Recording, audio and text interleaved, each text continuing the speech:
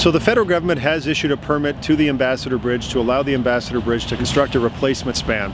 Our interest as the City of Windsor is certainly to protect the city, to protect the west side of the city and the residents in Sandwich Town, and as it has been all along, is to make sure that this is for a replacement span only, not an additional span or a twin span. We do not want 10 lanes of traffic funneled on here on Church Road. That was not what the environmental assessment that they conducted was all about. So it's making sure that the existing Ambassador Bridge is torn down, but it's also about making sure that Sandwich Town gets what it's due, and that is a community development fund.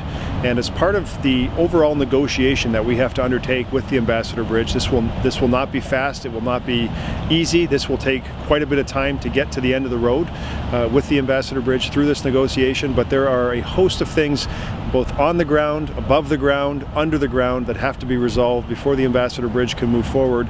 It was quite a surprise, and a lot of folks have some questions. They want to know what the future of this part of town looks like, and so it's so important that communication be open, honest and transparent as this process continues. This is a massive project. It's not just Sandwich Town, it's the City of Windsor that's being impacted.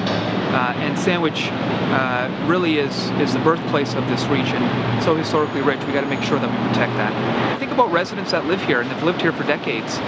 This is a very difficult moment. It's very difficult to see homes that you either grew up in or that you live across the street from just being torn down, being replaced by another bridge. It takes away a bit of your own personal history and your own personal attachment to the neighborhood.